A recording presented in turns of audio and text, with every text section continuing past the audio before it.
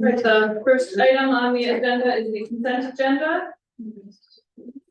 13 items that have already been reviewed by the council. Is there a motion to approve the consent agenda?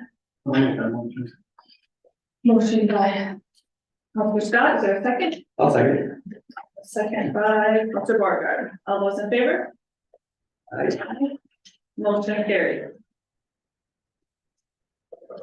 Next, on the list is the guests and citizens forum. Is there anyone who'd like to get up and talk? Sure. Dan, state your name and address, please. Dan Darbo, 310 Kent. I mean, I think what probably a lot of people are here for, but I'm not here to point any fingers or ask any questions of the council. I'm here to just address the council with facts that maybe will show you a different perspective of what's going on and to give you a different picture of the results of the decisions you have or have not made over the last couple of years. And keep in mind, everything I bring up is facts. Number one, house valuations.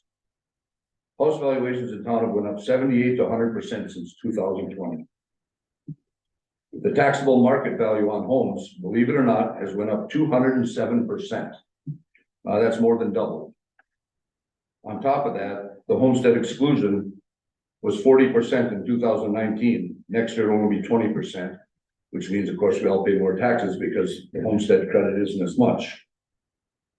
All these have a huge impact on our property taxes. Number two, property taxes.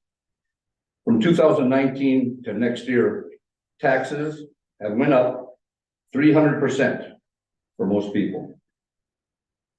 Everybody knows there's three parts to property taxes: school, city, and county.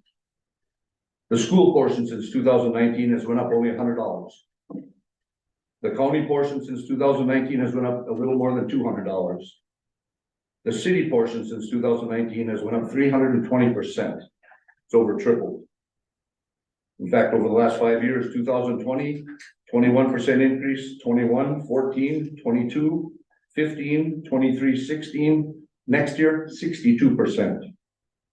Again, these are facts.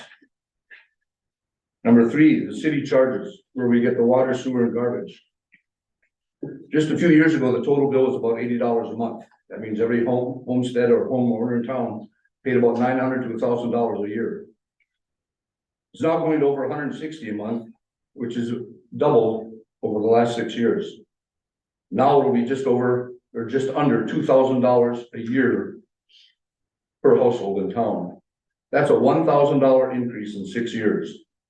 It was 25% in 2 years. It's been 40% since 2020. So next year, it's about $400 increase for every homeowner in town. I guess in conclusion, when you take all these things and you look at home valuations, property tax, and city charges, the homeowners will now pay approximately $1,000 to $2,000 more than they did last year. This is a community where about half the homeowners are on Social Security, which will go up about $100 a year.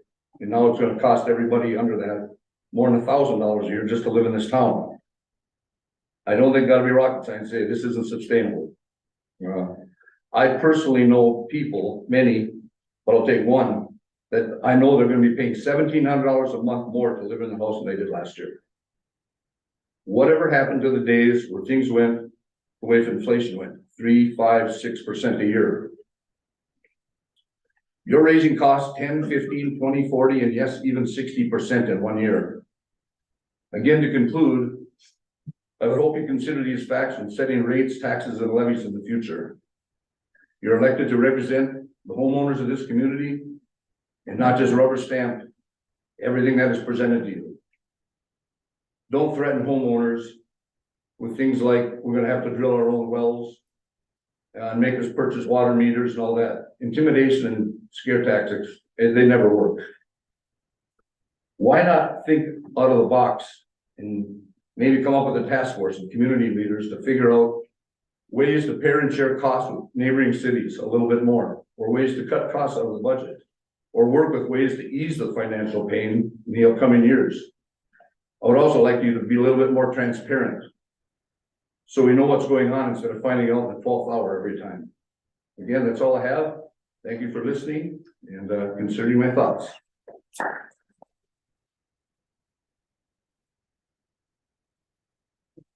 Just a point of order, the truth and taxation meeting was scheduled for 6 o'clock. Yes. So what you should do actually, since that's the posted time for the meeting to deal with issues specifically dealing with the budget and the proposed levy for 2024, those are the issues that Mr. Garber spoke to. What I would recommend you do is that this meeting is for the agenda items, and you would go through this agenda. And it's just, you know, the issues are, it's a fairly small agenda, if you go through those agenda items. And then certainly if there are people here who would wish to speak to the agenda items, they can do that. But as for the truth and taxation items, that meeting convenes at 6 o'clock. And the Okay. public would be welcome to address the council at that time on levy and budget issues. I think that would be a better way to bifurcate the meeting and let it all. All right, thank you, Dan, and I know some of your comments were pertaining to the utility increases, but if there's specific property tax comments, we'll save those for the taxation meeting, which is after this meeting. But I still think the whole city council and the council meeting should hear those things and not to have to go to a special meeting. Yeah, It's still, especially it's still, whether it's on the agenda or not. it's at, the next There- meeting's there at is- 6 for the taxation, so that would be when we can talk about the property tax specifically, but anything else as far as budget, utility rates, that kind of stuff can be discussed at this meeting. So if there's anyone who wants to talk about something other than property taxes, which we can do at 6, we can hear those comments now.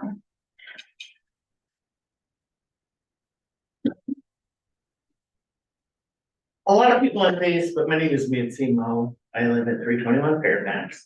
A lot of people on Facebook are asking where all the funds from those garbage bags go. Can you fill us in?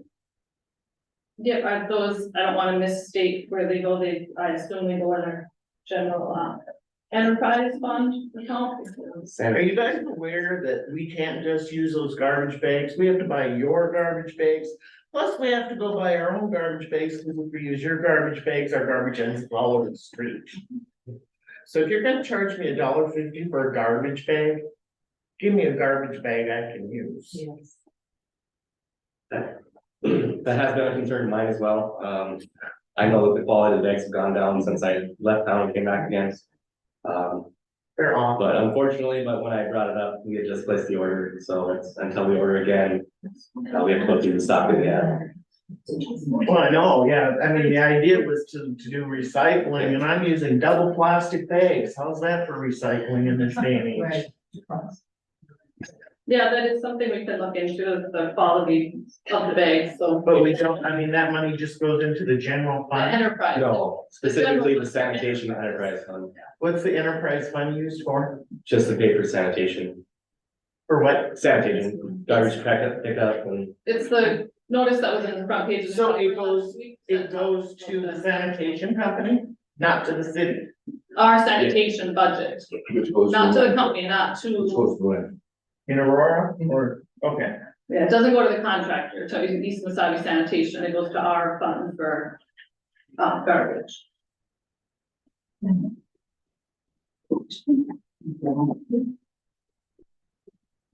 Hi, my name is Diane Huarek. I live on Upper Wyandotte. My question is, for some of the stuff that's going up in prices, whether it's the garbage, the water, do we not have any grants that can help out the community? Do we have a grant writer that can get funding that helps decrease the increases that are going on? There has to be money out there from the IRRB, other areas. It just seems like, do we not go for grants in the area anymore? I mean, I've lived here 30 years and this is the most expensive time that it's ever been in all the years that we've lived here. So I just don't want to see people being priced out, like, which is happening in Aurora. People are moving out of the town, taking cheaper stuff. There must be grants, or like I said, do we have someone that writes them? Yes, And who's our grant writer? he writes some, the joint powers, writes some on behalf of the 4 communities that they're the combined project, and they will do individual city. And grants have we too. gotten grants within like the last year or so? I mean, what are the grants that have been asked for, and are we getting them, or are we not even getting them? Yeah, but he could. Yeah, so grants are typically for specific projects. And so a lot of information you'll see is for PSIG grants or WIF grants, and those are water and wastewater grants. They're for projects. We cannot use them for operational costs. For example, the wastewater treatment plant is going through right now $11 million project that we have a grant on that is 80% grant funded.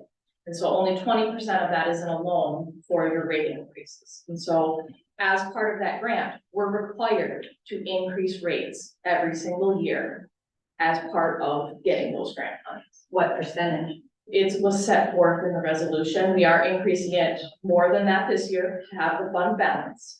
But we do apply, we do search out grants. If people submit grants to us, we review them, and if we can apply for them, we do. A lot of times what you'll see with grants, we attempted to do a grant for the Fisherman's Point Bathhouse, which was not funded by taxpayer dollars at all, just by revenue at Fisherman's Point. What happens though is a $700,000 bathhouse turns into a $3 million revamp of the entire point. And so that's how the grants typically end up, project grants typically end up going. Once we apply for the grant, we have to do a lot more than we initially signed on for to get those grant dollars.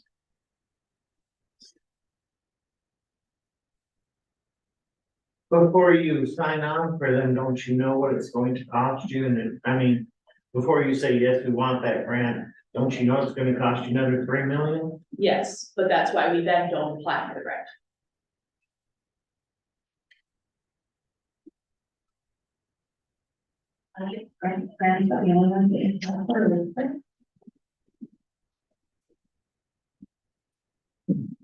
Hi, I'm Alex Barfield on behalf of Men's No Check. I'm here to just kind of get an explanation why we're paying $10 a night. I mean, all across the range cities, I mean, I played in Deep River Falls at the Ralph Ingolstead, and all the range cities, they're all $5, $5 a guy. We have a pretty good amount of guys that come to White Lakes from Babbitt. We carpool actually up to Babbitt all the time because obviously it's cheaper. It's $5 up in Babbitt, and just for 2 hours, I mean, you have open skate, and then you had the 40 and over earlier this fall that we put on, and that's $5. And we, for No Check, we're at $10, which I don't understand, I guess. We also have college kids coming from Duluth on Sundays, driving back and forth that night. They grew up throughout the program, just want to use our arena like we always have. We've been having a pretty good turnout. About average of 20 guys. Last night we had 27. So we would be able to at least get the $100, what, like you guys said, is, I think it's 110 per hour. That's what I'm paying through the youth hockey. If we keep on this route for $10, I'm afraid that we're not gonna have a No Check league again. And I worked my butt off on trying to get goalies and people to come back and play, but I just don't wanna see what happened to our softball league now. I mean, we can figure something out where I can just run the league like we do with softball, and I can pay just an amount each year, or just do a season's pass at $100. That's about it. So I just want to make it clear, you're proposing maybe just pay an hourly rate, set hourly rate for rental Yeah, I mean, per person? yep. Thank you. Terry, to clarify that, okay, we skate for an hour and a half on Sunday nights. That hour and a half, if we go by the book, costs $165, which is $110 an hour. We had 27 guys last night. Where's where's that extra money go to? It doesn't, go straight into the city's pocket, but, for us, couldn't we bank that money for additional skates later in the year, or jerseys, or, even it's like have something with youth hockey at the end of the year, to have something for the kids or something else. Why are we spending almost double to skate on Sunday nights, All right. Thank you. We can discuss or talk about that as well. We don't have any answers for you right off the top of our heads, but yeah, thank you for the information. Does anyone else have anything they'd like to bring up right now for this meeting?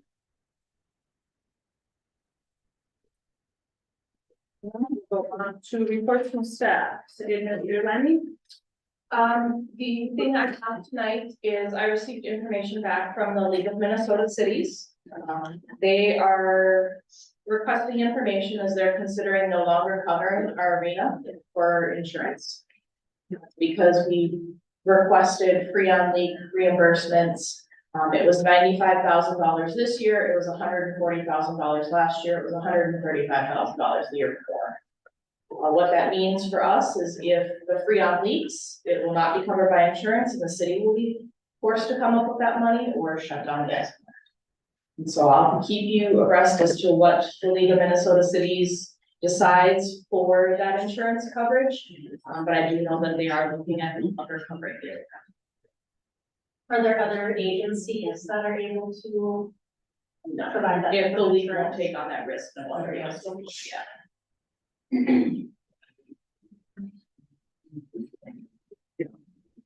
That, if we have a new, like, find a new system, is that something that they would be considered? Yep, so they asked about like where the council's at for replacement and that kind of thing. I said the council approved the engineering for replacement. We're looking at constructing in 24 with the ice plant replacement in 25. They're going to their underwriters and seeing what that would do. So we do have a $2 million grant for a new ice plant. Pardon? That's, I've heard that we've had a $2 million grant for a new ice plant. The city received $328,000 from Mighty Ducks grant funding and $1.7 million from state bonding, which leaves us a deficit of about $2.2 million to make up with tax dollars. Is that just for the inside or is that also doing the parking lot? Right now, the parking lot is slated to be completed as well. The council is considering not doing that part of the project. Cause isn't that alone almost two? Pardon? Isn't that alone $1 million or two? The additional 2.2 that was short would be bonded. Which is a loan. Yeah. Right. Exactly. And that's another one of those projects that we applied for grant money and it came with strings, so ADA compliance is one of those, so the doors and things like that need to be adjusted to. Well, I understand the doors in the building itself on just the parking lot.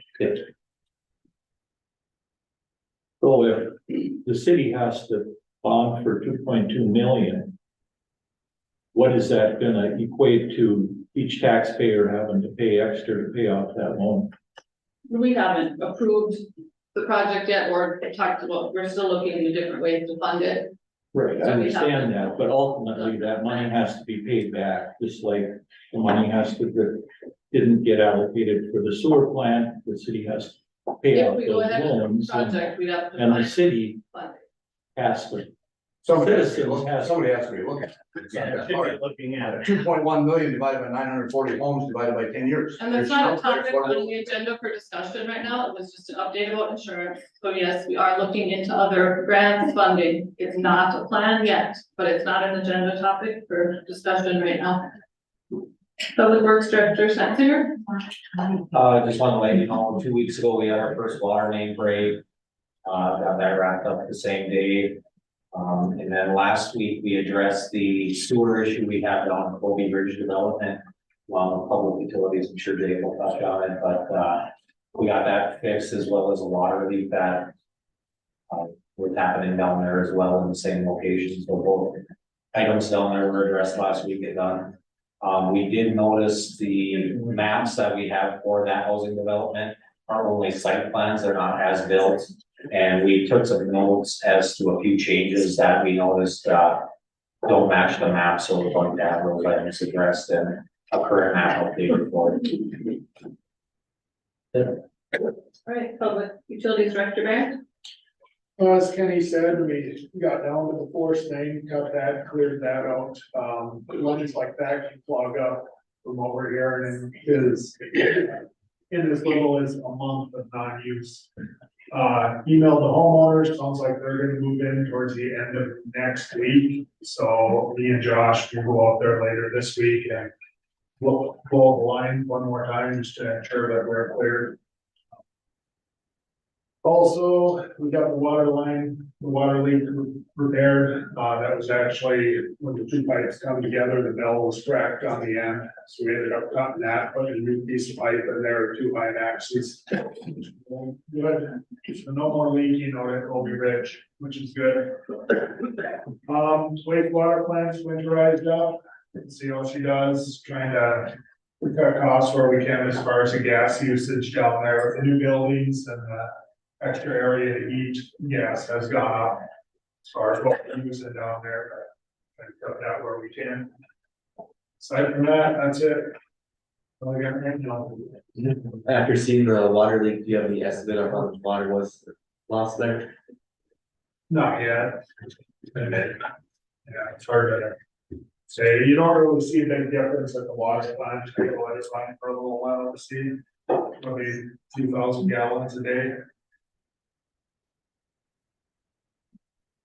All right, thank you. EMS Director Olmsted? We have been busy hiring, drivers for the ambulance, and unfortunately, as of January 1st, drivers who are not first responders are not to be used anymore, so we have to let all the people know that you can't have them after January 1st. They are reevaluating it, most likely in February, we'll see what, the MSRB comes up with, but so that's happening. EMS conference is coming up January 16th through the 21st, so you'll be hearing from me next month at some point, requesting some people to attend for training purposes. I heard from Felicia Honklow at the City of Aurora today. She's asked the ambulance to be in the Holiday Heritage Parade, December 16th, so I did tell her, yes, we were going for that. Last week I had to restock Yellow First Responders with their consumables that they use for the year, that cost me about $1,000. Just letting you know that I did that. I attended a Colvin Township meeting a couple weeks ago regarding taxing district. They seemed interested in more meetings, so the next time we schedule a Tri-City meeting and discuss taxing district for more. We will be inviting them. I'm going to be trying to work on Embarrass next. Dewey Johnson, the St. Louis County Emergency Manager, reached out to me today. Sure you're aware, on Halloween we had a fatal car accident on Highway 4. We did do a critical incident stress debrief. That's when a bunch of mental health professionals come in and we discuss the accident and kind of more of a touchy-feely thing, kind of go over it and get all that out for everyone's mental health. But the county wants to do an action review. So we are hosting that on next Tuesday. Next Tuesday at Fire Hall, so if you see a bunch of vehicles there, that's what that's about. Other than that, I don't have much. All right, thank you. Police Chief Spiller? Yeah, so I see I have an agenda item regarding the grant application, but just an little update. We all know that the resource officer Jordan Colstead left the profession, he's doing well home in North Carolina. Cody Siebert took over with his K9 TAC. So I think the last time we were here, we mentioned it. I'm here to tell you that it took Cody and TAC 1 12-hour shift and 6 hours in shift 2 to get his first application. So executed a search warrant, Aurora, something that would come down. Doug and Cody did their thing. TAC did his job when we was hurt, and apprehended the suspect about incident. So one of the things that Cody talked to now that he's got the demographics down at both Aurora Lakes, he's got time to stop and he'll be coming in on his day shift. And we're gonna have a meet and greet. So TAC is a multi-use dog, tracking, apprehension, and drug. But he's also friendly in the community, so we can put him out there in the public. And I think here at City Hall, we'll put some notices on a couple hour window where the citizens or people that want to come in during the day and meet them can do that, and then we'll have one maybe after school hours for younger kids. So we'll do that in both communities. So if you see the squad car that just says police on the side, that's the one that came with, Cody and Taft. And, obviously it says Kane on this side, that's him. You can stop in the office if you want to see him. If you see that squad, that means they're on duty and working. So you can stop in if you have any questions or concerns. It's going well. He's really liking it up here. He a lot more vehicle traffic. You know, we talk about traffic, but Lakes has about 3,500 cars a day coming through and a rural have 8,000. So a lot more traffic pushing up through those intersections and people coming here. So doing very well. And on to number two. So 5 weeks ago, there was an unfortunate accident that nobody wants to respond to. It was a vehicle struck a bicyclist on Highway 100. We, East Range PD, being the closest spot to that location. The deputies were responding in Virginia. Both of our squads on duty responded along with the ambulance. As they approached the scene, the guy that struck him and went to residence, that's the residence that came up as a 911 call. Officer Brent Matheson said, he figured that the accident site was probably further down the road. He quickly responding, saw a bike in the road, hit his brakes. Officer Colt was behind him, hit his rear end, went down the ditch, hit a tree head on, and told the Explorer squad car and the other Madison squad car sustained some fixable damage, although severe. So we were fortunate, but unfortunately we couldn't respond. The ambulance responded, did a great job. I think you were going direct to the roof of the site, no? Warrior Pines and they unfortunately hit a deer. So the adjuster was up here spending a couple of days with all of us on different vehicles. The good news is that none of our personnel was hurt. It looks like the adult that's hit is gonna make it. I don't want to stand by it. So that'll bring us up to the grant application to the USDA, and we can talk about that once under the news. All right, thank you. City Attorney Grunfeld. Nothing to report there. Reports from elected officials, Counselor Kramer. Nothing nice. The grants, I attended the library board meeting last week. Sue has a lot of good programs going on for kids and adults, lots of crafts, guest speakers, authors. She's doing a good job over there. And other than that, that's all I have to report. Counselor Borger? This past weekend, Friday, we had a snowmobile club out, clearing snowmobile trails. We were able to get from town, edge of town here down to Highway 16. That was a good year when we can get out and do that. Swamps were frozen enough that we were able to get into there. We lost a lot of trees, this fall during that windstorm. So, it's good to have that behind us. Thank you to everybody that was out there helping with that. That's all. Counselor Scott? Nothing to report. All right, old business, 10.1 in your packet. Ordinance 43 regarding the 2024 fee schedule. Any comment on the fee schedule? The only change you'll see from the last time we met was increasing the cost for private companies to dump sludge at the wastewater treatment plant from $40 to $60, which is more in line with some of the other communities around here, and that's just for private companies to come down. The other thing I wanted to mention is if you wanted to consider Al's proposal, you can still pass this tonight and then work with Al and say a team or a structure outside of that. What is the, sorry, I just want to look at the hourly fee that he brought up. It's 110. Like that. Okay. Yeah, if we approve this, you guys for don't check, just note that we can still discuss your proposal of how to, that doesn't mean you're ignoring your request, we can still talk about that. Right. Is there anything else on here that the counselors need to bring up or discuss in last time?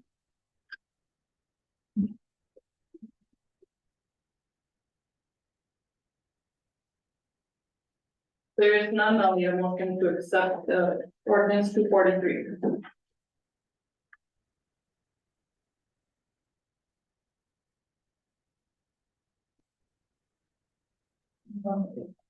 Second call for a motion to approve ordinance 243 with the 2024 fee schedule.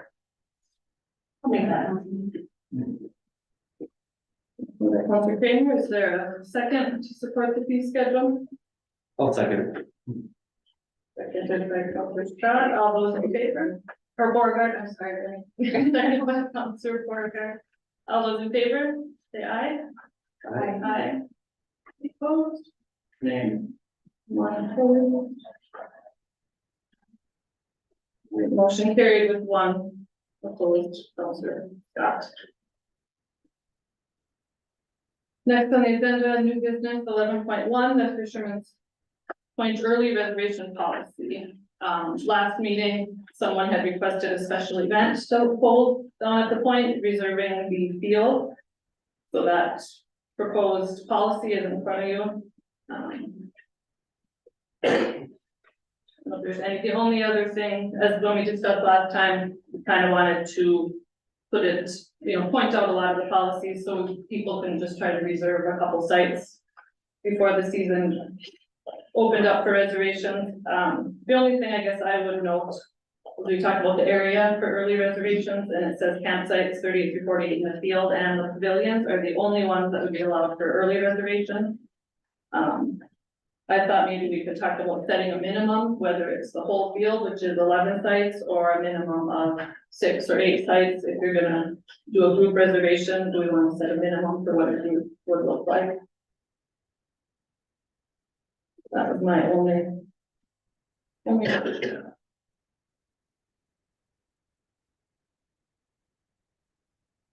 Yeah, I'll support that, I think.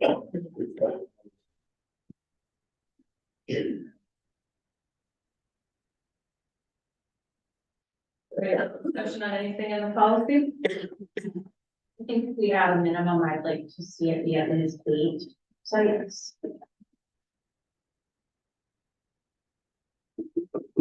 Kind of what I was thinking too is 8, I think, that's a minimum to qualify as a group rate or an early reservation rate.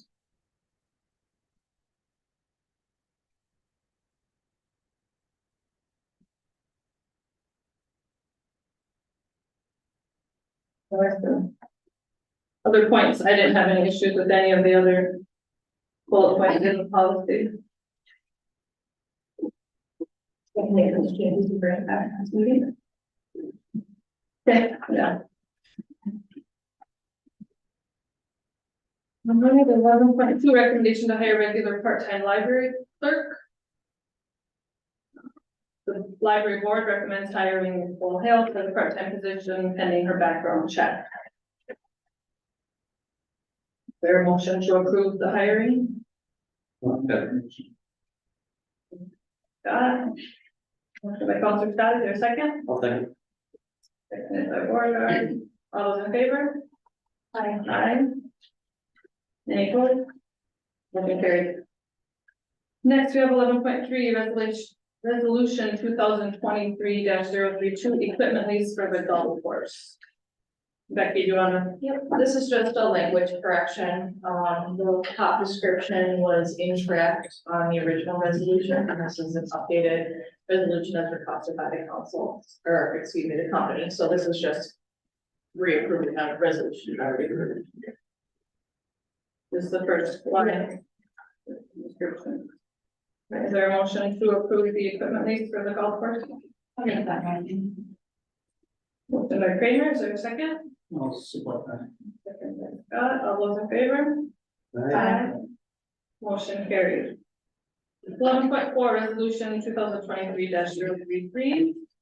To apply for the U.S. Department of Agriculture and the East Range Police Department for the squad cars. Yeah, so I was made aware of a grant opportunity. To replace the squad car through Senator Tina Smith's office. We couldn't do it as a standalone East Range PD. We have to run through the city, so I think it's probably, it looks a lot like what you do for the Range ATV Snowmobile Club. Becky went through the paperwork, got everything filled out, and we made that application. We're not sure if we're gonna do it or not. But the council needs to approve that application so we can submit it and see where we're at. So although we did have insurance, this would offset a lot of the cost of when you're building a new squad car to upgrade the equipment inside. You know, if you have a 6-year-old radar, we keep our 7. This one's at 6. We pay $2,000 to install it. We're have to pull it out next year. Those funds would be to bring that squad car up right where it's at with the internal equipment and any overages or anything that we have. In the repair center. It's flexible grant as far as where this is spent, but obviously squad car and or equipment. Can't be spent on major benefits for it.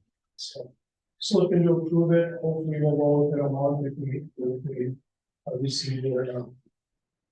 Is it a matching grant or just a straight Just a straight. grant? It's based on, low to moderate income of each population. So the city of White Lakes does not qualify, the city of Aurora does. And so we're working with the USDA to figure out exactly how much we can apply for and at what percentage, that would be. So, okay. If the grant is written as we're requesting $75,000, we're having $25,000 in matching funds for a total of $100,000.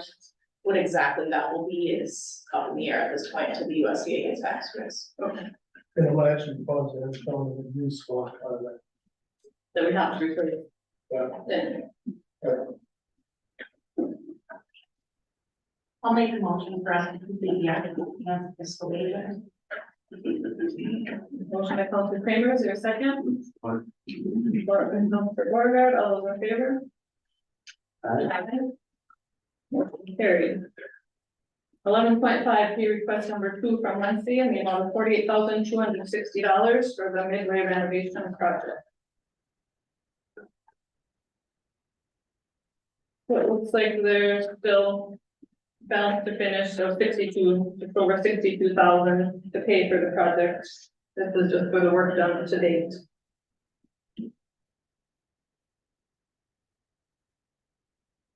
Any discussion or a motion to pay Lansing? I'll make a motion to table. And by Councilor Borgard, is there a second? I'll support. Supported by Councilor Kramer, all those in favor? Aye. Motion carried. All right, all for motion to adjourn. I'll make that motion. And by Councilor Kramer, is there a second? Second by Councilor Scott. All those in favor? Aye. Meeting is adjourned, we will.